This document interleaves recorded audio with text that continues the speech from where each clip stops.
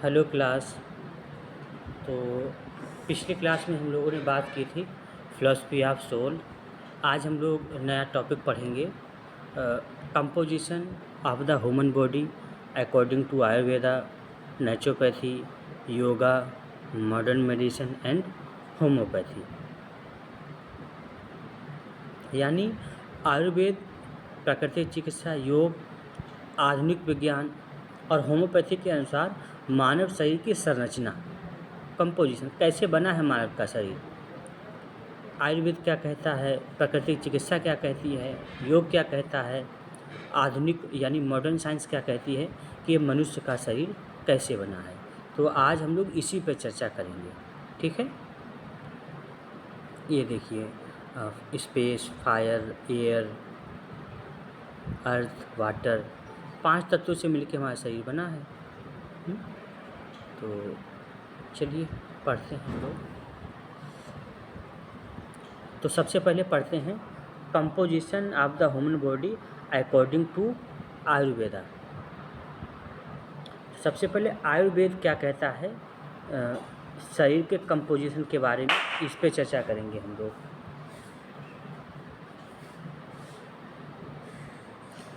Ayurveda is one of the ancient system of Indian medicine. Ayurveda भारतीय चिकित्सा की प्राचीन पद्धतियों में से एक है, जो प्राचीन समय से चली आ रही हैं पद्धति, उपचार की पद्धतियाँ, उनमें से आयुर्वेद एक पद्धति है जो प्राचीन समय से चली आ रही है।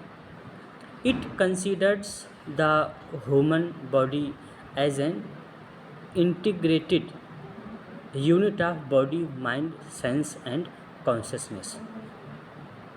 यह मानव शरीर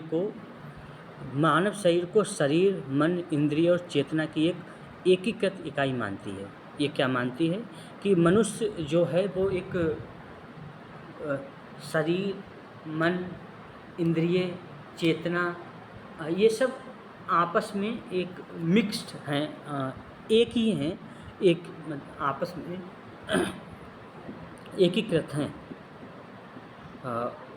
एकीकृत इकाई है। According to Ayurveda the human body is compose of the same basic element that constitute the universe. Ayurveda के अनुसार मानव शरीर उन्हीं मूल तत्वों से बना है जिनसे ब्रह्मांड बना है, जिनसे ये यूनिवर्स बना हुआ है, ब्रह्मांड बना है। उन्हीं तत्वों से मिलके मनुष्य का शरीर बना है। अब ये ब्रह्मांड किनसे बना है, ये शरीर किससे बना है, देखते हैं। The fundamental principle is expressed as यथा पिंडे तथा ब्रह्मांडे, meaning as is the individual body so is the universe. इसका मूल सिद्धांत है यथा पिंडे तथा ब्रह्मांडे, जिसका अर्थ है जैसा व्यक्ति का शरीर है वैसा ही ब्रह्मांड है। यानी जिन तत्वों से मिलकर ये पिंड बना हुआ है, उन्हीं तत्वों से मिलकर ये ब्रह्मांड बना हुआ है, यथा पिंडे तथा ब्रह्मांडे। ये हमारा शरीर किससे मिलकर बना हुआ है, आपने रामचरितमानस की वो चौपाई सुनी होगी, चित्त जल पावक गगन समीरा, पंच रचित यह अधम शरीरा। चित्ती, जल, पावक, गगन, समीर, इन सब से मिलके 5 तत्वों से मिलके हमारा शरीर बना है। यानी आकाश, वायु, अग्नि, जल, पृथ्वी, air, space, air, fire, water, earth, इन 5 तत्वों से मिलके हमारा शरीर बना है। According to Ayurveda philosophy the body is mainly understood through the concept of pancha mahabhuta, tridosha, sapta dhatu, मल, श्रोत्र, इंद्रिय एंड मानस। आयुर्वेदिक दर्शन के अनुसार शरीर मुख्य रूप से 5 महाभूत, 3 दोष, सप्त धातु, मल, स्रोत, इंद्रिय और मन की अवधारणाओं के माध्यम से समझा जा सकता है। यानी शरीर को समझने के लिए आपको पंचमहाभूत समझने पड़ेंगे, त्रिदोष समझना पड़ेगा, सप्त धातुएं समझनी पड़ेंगी, मल क्या होते हैं, स्रोत क्या होते हैं, इंद्रियां और मन, इन सबको समझना पड़ेगा। The balance functioning of these components is essential for maintaining health. स्वास्थ्य बनाए रखने के लिए इन घटकों का संतुलित कार्य करना आवश्यक है। अगर ये घटक, ये त्रिदोष, ये पंचमहाभूत, ये मल, ये स्रोत, ये इंद्रिय सब यदि अच्छे से काम करते हैं तब ही हमारा शरीर अच्छे से काम करेगा, हमारा स्वास्थ्य बना रहेगा, नहीं तो हमारा स्वास्थ्य नहीं बना रह पाएगा। अगर ये असंतुलन होंगे, मान लीजिए पंचमहाभूत असंतुलित हो गए, त्रिदोष असंतुलित हो गए, तब क्या होगा, हमारा शरीर भी असंतुलित हो जाएगा, हमारा शरीर भी असंतुलित हो जाएगा। तो सबसे पहले दिया गया है पंचमहाभूत, 5 ग्रेट एलिमेंट्स, 5 महान तत्व। पंचमहाभूत 5 महान तत्व। पंच मीन्स 5, महा मीन्स महान, भूता मीन्स तत्व, 5 महान तत्व। According to Ayurveda, everything in the universe including the human body is compose of 5 basic elements known as panchamahabhuta. Ayurveda के अनुसार ब्रह्मांड में हर चीज़, जिसमें मानव शरीर भी शामिल है, 5 मूल तत्वों से मिलकर बनी है, जिसे पंचमहाभूत कहा जाता है। यानी इस यूनिवर्स में जो भी कुछ बना हुआ, जो भी आप देख रहे हैं, जो भी आपकी आँख से दिखाई दे रहा है, इंक्लूड ह्यूमन, मनुष्य भी, यानी जो भी जीव जंतु, पेड़ पौधे, पशु पक्षी, नदी तालाब, नदियाँ, झरना, जो भी आपको दिख रहा है, सब किससे मिलके बना हुआ है, 5 तत्वों से मिलके बना हुआ है, 5 एलिमेंट्स। वो 5 तत्व कौन कौन से हैं, ये एलिमेंट कौन कौन से हैं? दीज आर आकाश, वायु, अग्नि, जल, पृथ्वी, ईथर, एयर, फायर, वाटर, अर्थ। ठीक, तो सबसे पहले कौन सा है? आकाश। आकाश मीन्स स्पेस। किसी भी चीज़ को बनाने के लिए, किसी भी चीज़ का निर्माण करने के लिए जो सबसे पहली शर्त है वो है स्पेस। यदि स्पेस नहीं होगा, खाली जगह नहीं होगी, आकाश नहीं होगा, तब हम किसी चीज़ का क्रिएशन नहीं कर सकते हैं, किसी भी चीज़ को हम बना नहीं सकते हैं। तो सबसे पहले जिसने भी ये यूनिवर्स बनाया होगा, जिसने भी ये ब्रह्मांड बनाया होगा, आकाश गंगाएं बनाई होंगी, उसने सबसे पहले क्या बनाया? स्पेस बनाया। आकाश रिप्रेजेंट स्पेस आर एम्प्टीनेस। आकाश स्थान या शून्यता का प्रतिनिधित्व करता है, या खालीपन। एम्प्टीनेस मीन्स खालीपन, खालीपन का प्रतिनिधित्व करता है। आकाश मीन्स जहाँ शून्य है, जहाँ खालीपन है, वो आकाश।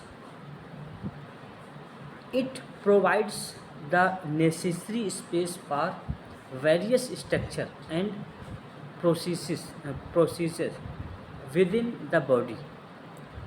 यह शरीर के भीतर विभिन्न संरचनाओं और प्रक्रियाओं के लिए आवश्यक स्थान प्रदान करता है।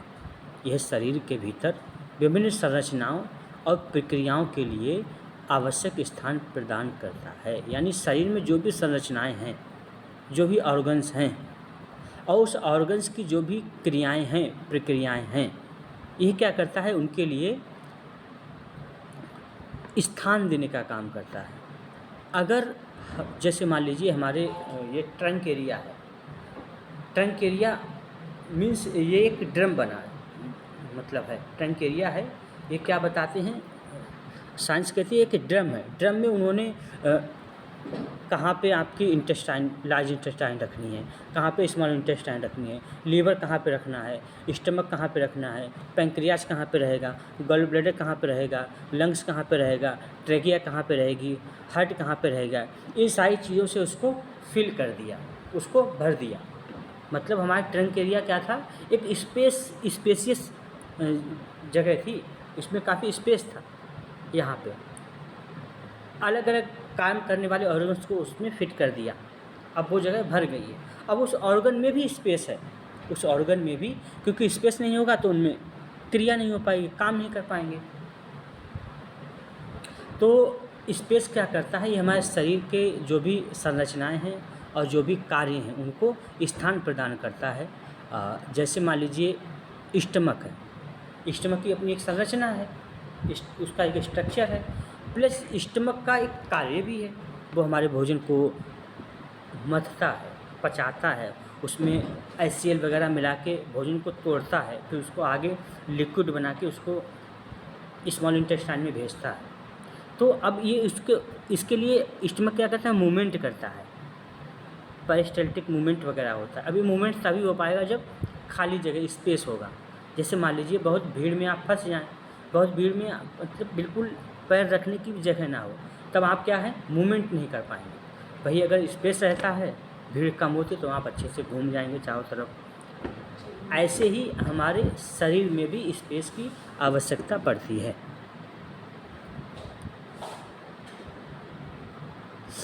The cavities and channels of the body are associated with the principle of आकाश। शरीर की गुहाएं यानी खाली स्थान, कैविटी, और नलिकाएं यानी चैनल्स आकाश के सिद्धांत से जुड़े हैं।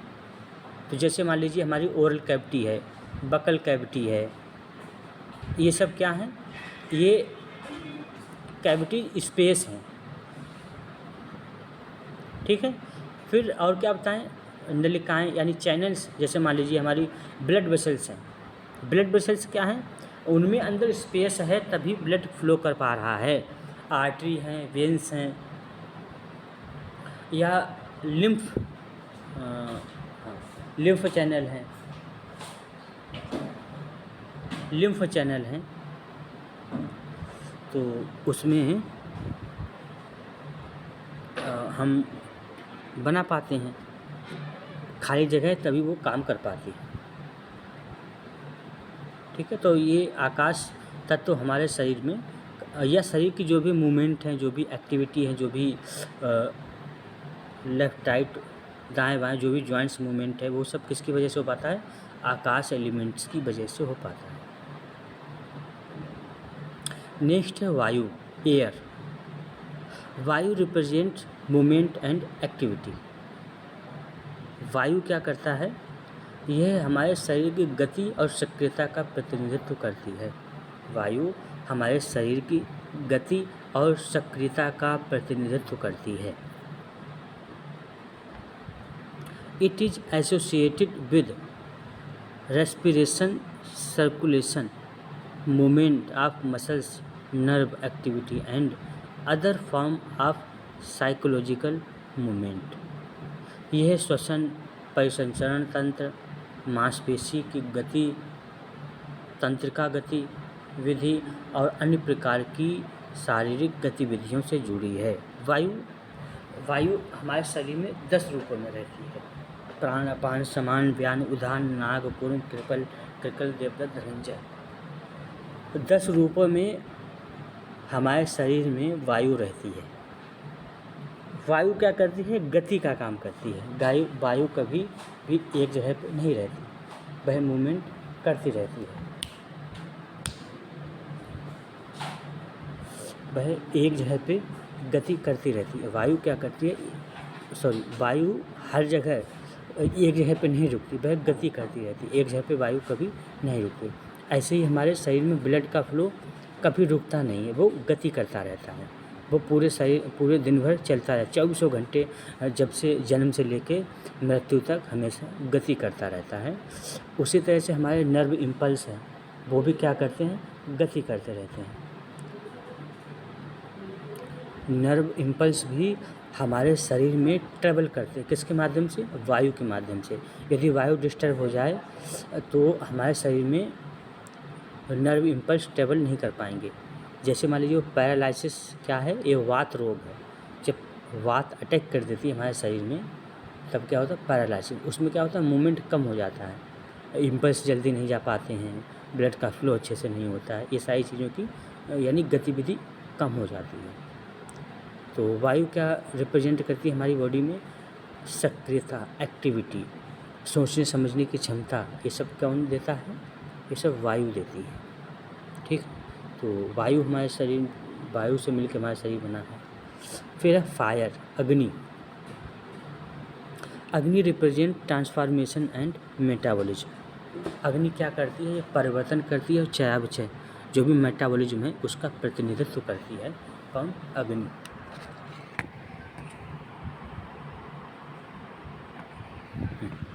अग्नि हमारे शरीर का मेटाबॉलिज्म यानी जो एनाबॉलिज्म कैटाबॉलिज्म होता है ये कौन करवाता है? अग्नि करवाती है। It is particularly associated with digestion, metabolism, body temperature and transformation of body and other substance. यह विशेष रूप से हमारे पाचन, चयापचय, शरीर के तापमान और भोजन व अन्य पदार्थ के परिवर्तन से जुड़ी है। अग्नि क्या करती है?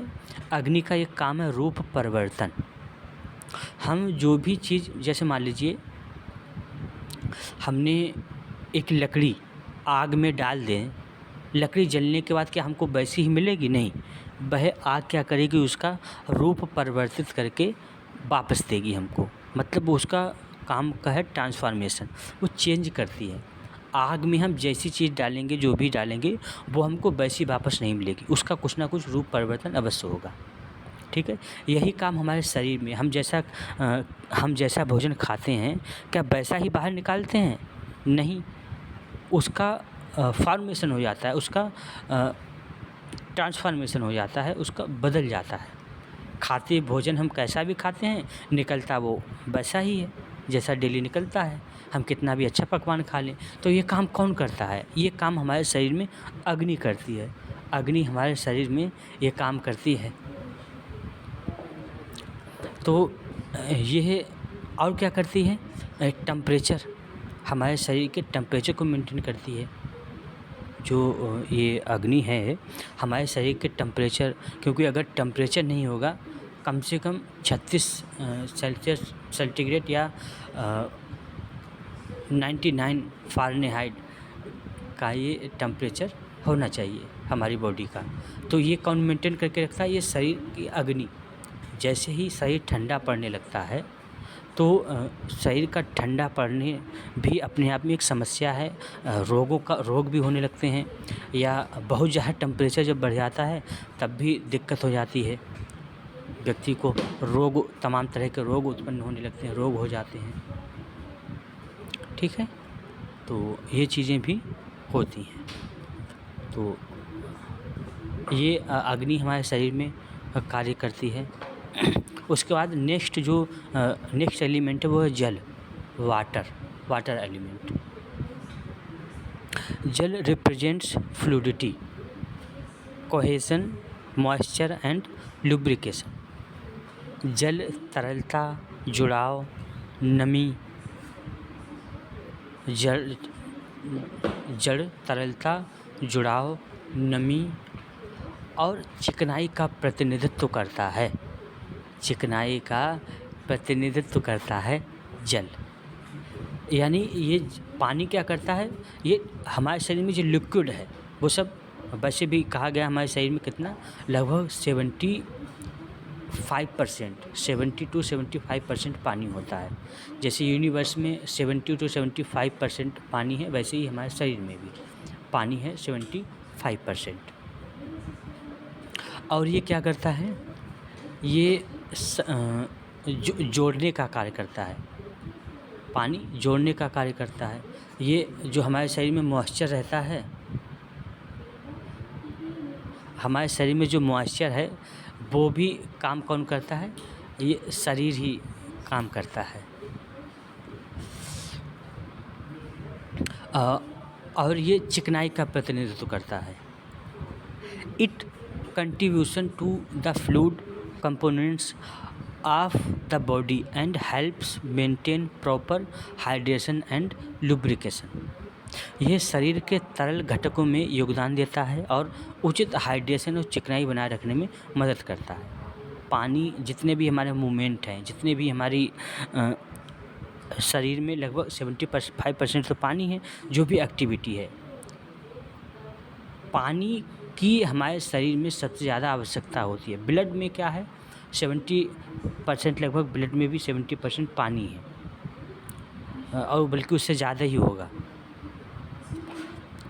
ब्रेन में भी पानी है, हर जगह, मतलब हमारे पूरे शरीर में पानी पानी है। और शरीर की हर एक्टिविटी बिना पानी के नहीं हो पाएगी। बोलने के लिए भी पानी की आवश्यकता पड़ती है।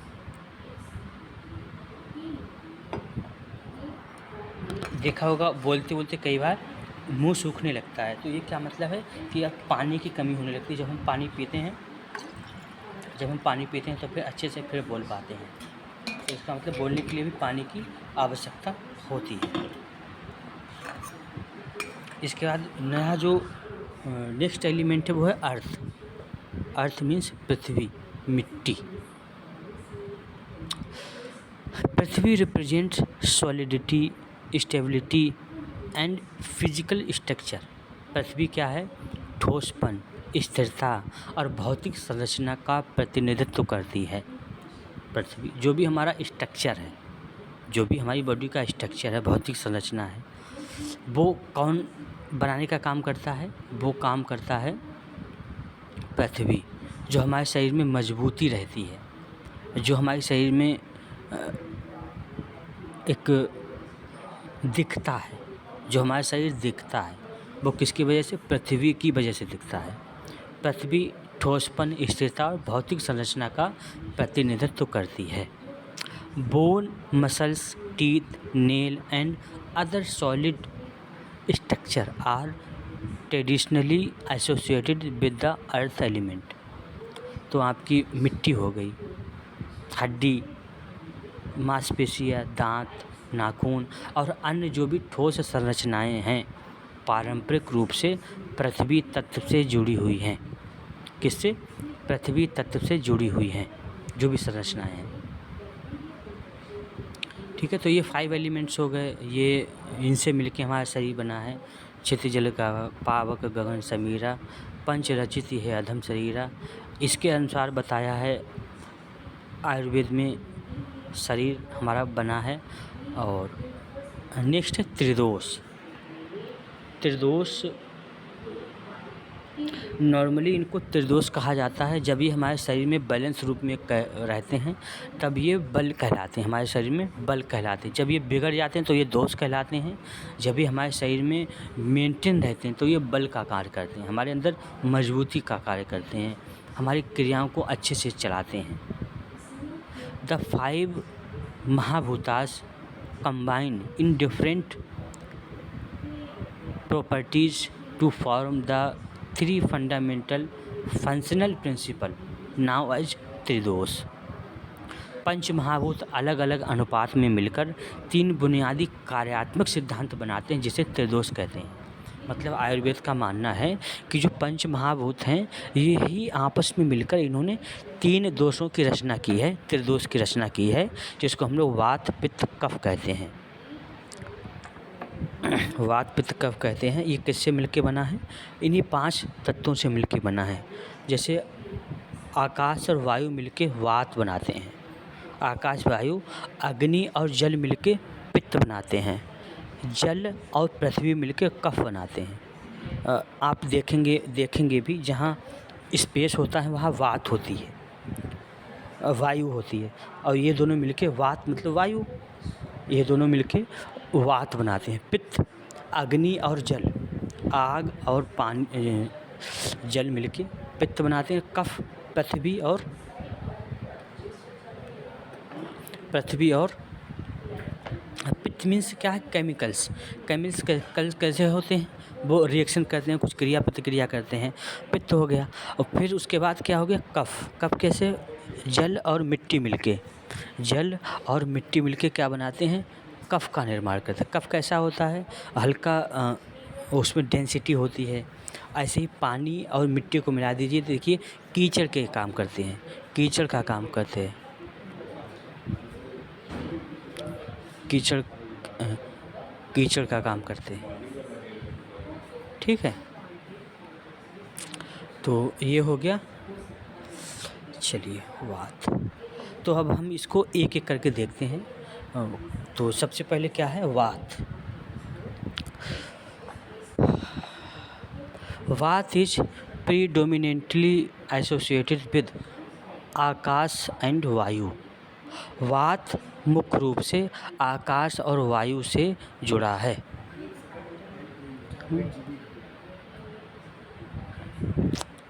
वात मुख्य रूप से आकाश और वायु तत्व से जुड़ा हुआ है। ये बात हम लोगों ने पहले देखी है, पढ़ी है। It is responsible for movement and communication with the body. यह शरीर के भीतर गति और संचार के लिए जिम्मेदार है। ये हमारी गति और संचार के लिए जिम्मेदार है। जो वात है वो क्या करता है, ये हमारी गति और हमारी सर्कुलेशन के लिए जिम्मेदार है, कम्युनिकेशन के लिए जिम्मेदार है। इट्स फंक्शन इंक्लूड, इसमें कौन कौन से कार्य इसमें शामिल हैं, respiration, movement, circulation, nervous activity, elimination. तो इसमें श्वसन, गति, संचरण, तंत्रिका गतिविधि, मल मूत्र का त्याग। श्वसन, रेस्पिरेशन यानी जो हम सांस लेते हैं, सांस छोड़ते हैं, ये सारे काम कौन करता है, ये कार्य करता है वायु के माध्यम से, और हम सांस, वायु ही सांस के माध्यम से अंदर लेते हैं, छोड़ते हैं। मूवमेंट भी वायु की वजह से होता है, गति, क्योंकि वायु क्या है, एक जगह पे नहीं रहती, वो गति करती रहती है। सर्कुलेशन, जो हमारी बॉडी में सर्कुलेशन होता है, ब्लड का सर्कुलेशन हो गया या जो भी है, तो वो किसकी वजह से होता है, वो भी वायु की वजह से। नर्वस एक्टिविटी, जो भी नर्व इम्पल्स जाते हैं, जैसे मान लीजिए हमने फिंगर्स में टच किया, या फिंगर्स में, पैर की फिंगर्स में किसी चींटी ने काट लिया, अब उसका हमको कहाँ पता चलता है, ब्रेन में। ब्रेन में पता चलता है कि हमारे पैर की उंगली में चींटी ने काट लिया। तो ये जो सिग्नल गए थे किसके माध्यम से गए, ये वायु के माध्यम से गए। यदि हमारे शरीर में वायु डिस्टर्ब हो जाए, वायु अच्छे से काम ना करे, तो क्या होगा, तो हमारे शरीर का ये जो इम्पल्स जाने की जो गति है वो स्लो हो जाएगी, धीमी हो जाएगी। नेक्स्ट है पित्त। दूसरा कौन सा, मलमूत्र, एलिमिनेशन, मलमूत्र का त्याग भी, जो गैस पास करते हैं। यहाँ पे हमारी जेनाइटल ऑर्गन्स के पास में अपान वायु होती है। अपान वायु क्या करती है, मलमूत्र को त्यागने का कार्य करती है, बाहर निकालने का कार्य करती है। यदि ये वायु डिस्टर्ब हो जाए तो हम अच्छे से मलमूत्र का त्याग नहीं कर पाएंगे और हमारी कॉन्स्टिपेशन वगैरह ये सारी समस्याएं हो जाएंगी। पित्त। नेक्स्ट जो दूसरा दोष है वो कौन सा, पित्त। पित्त इज प्राइमरी एसोसिएटेड विद अग्नि एंड जल। पित्त मुख्य रूप से अग्नि और जल से जुड़ा हुआ है। पित्त किससे जुड़ा हुआ है, अग्नि और जल से।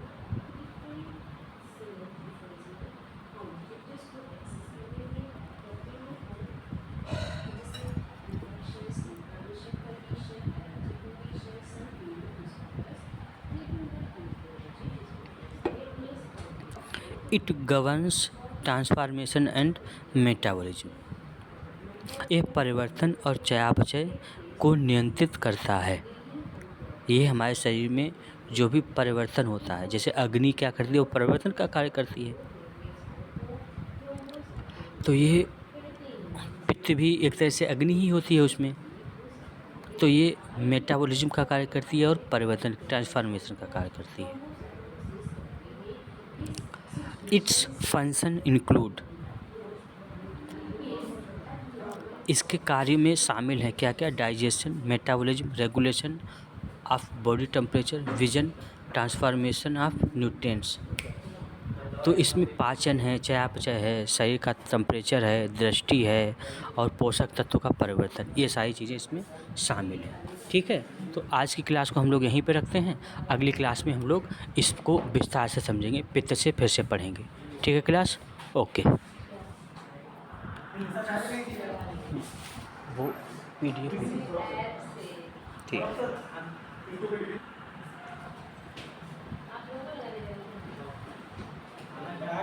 वो बना दिया, फोल्डर बना दिया, फोल्डर बना है। हाँ सब फोल्डर में लगा दूँ।